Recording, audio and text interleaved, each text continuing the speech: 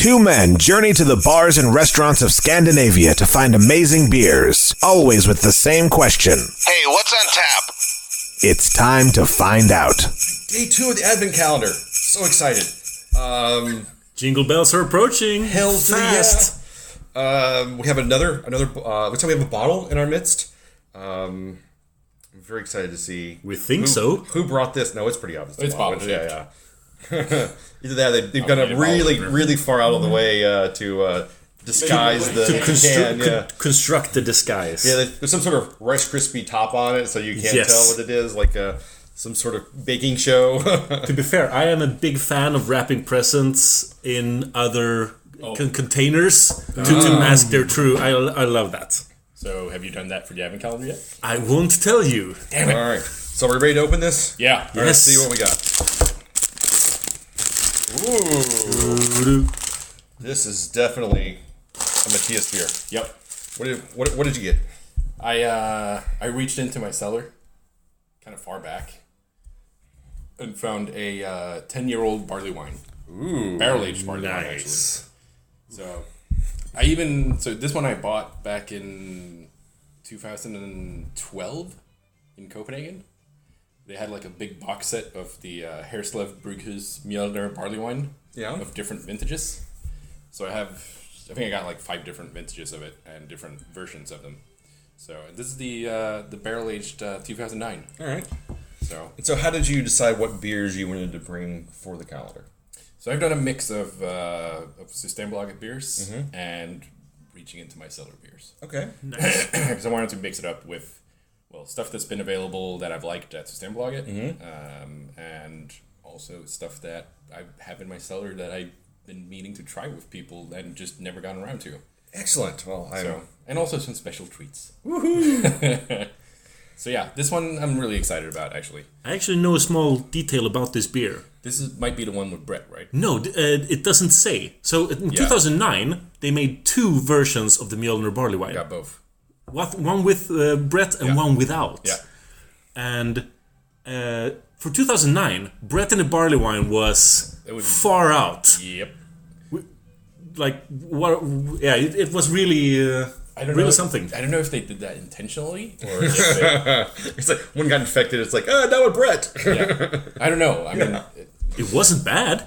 It was just different. I haven't tried the 2009s yet. So I had a 2008 as well. I had that last year when it was 2018, so it was 10 years old. I might have had it the year before when it was 9 years old, but that was really nice still. So I'm really excited about the barrel-aged version. Yeah. Did it say what type of barrel it was in? It didn't say on... Most likely a bourbon barrel, right? Probably. If it's 10 years old, more than likely that's all they had available to them. But this comes in at a light 11% ABV. Yeah.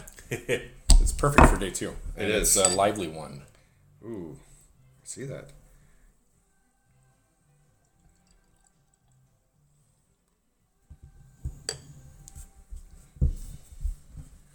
It looks good. It's a nice light amber. Yeah, kind of a light caramelly kind of color. Caramel, yeah.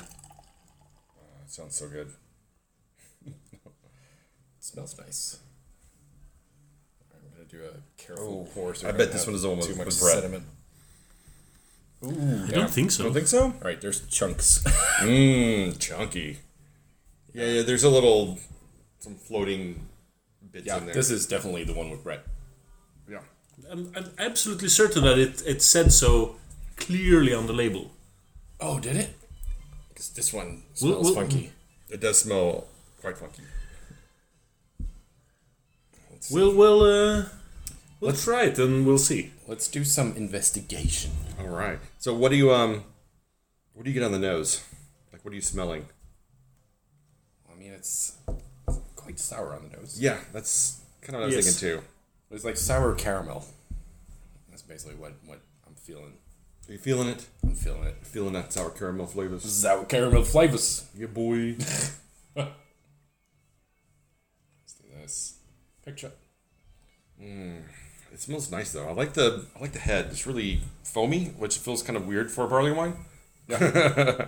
But I mean, it was quite rushing out of the bottle. So. Yeah. Which is why I'm thinking that this is the Brett version. Yeah, and the head retention on this is really lasting. I mean, I think you might be right, because I'm looking at pictures of the Brett, and it says nothing of the sort. Yeah, that's what I thought as well. How would you know then? That's why you taste it. kind of thought right, that let's it find might have out. been, Let's find out. Cheers, guys. Cheers. maybe it was not intentionally with Brett. Huh.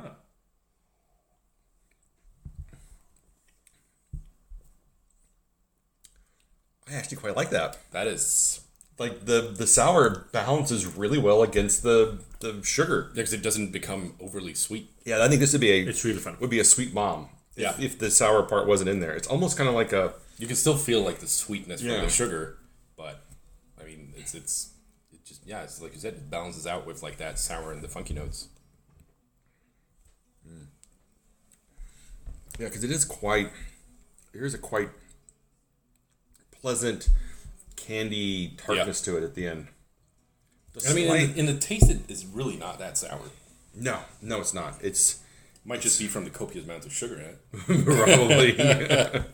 I think if there wasn't so much sugar, if it wasn't so sweet, the sourness would have been like a tart of darkness almost, kind of just overpoweringly sour sometimes. I think that's what it reminded me of, like some of like breweries, kind of like not darkness sour, but some of the ones that are a bit more funky.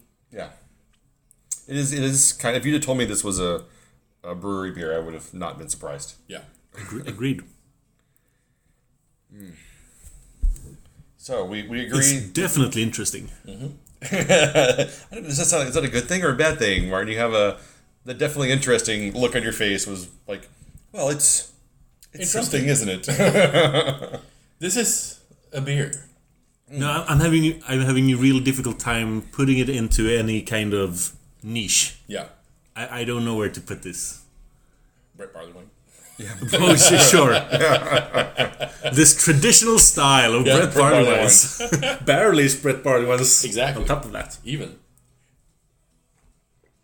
No, but that's why I'm thinking it might have picked up the Brett from the barrel. Possibly. Yeah. So what you're saying is poor sanitation? Well, I'm just fucking with you.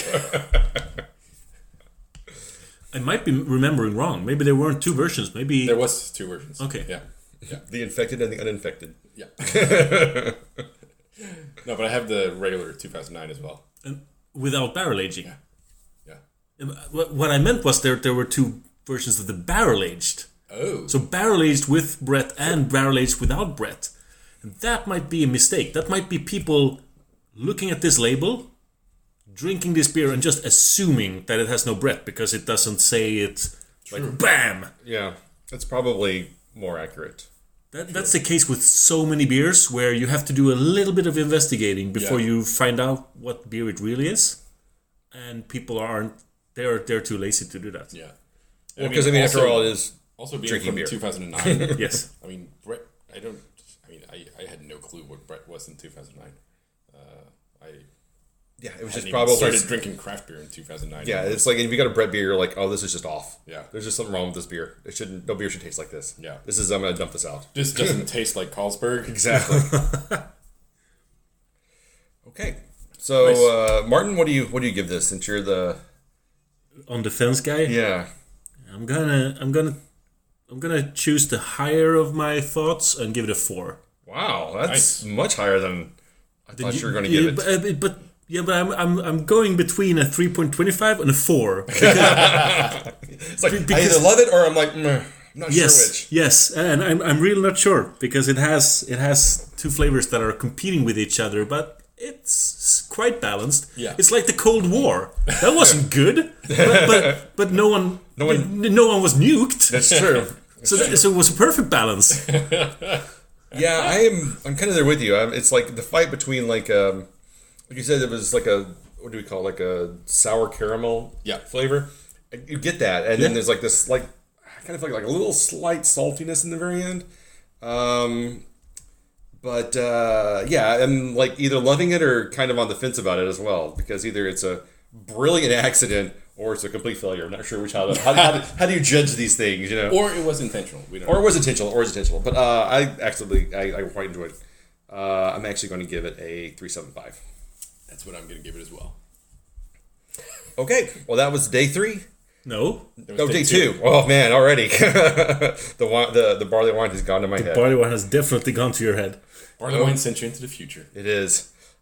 Speaking of the future, I can't wait to see what tomorrow brings. Yeah. So day 3 is tomorrow.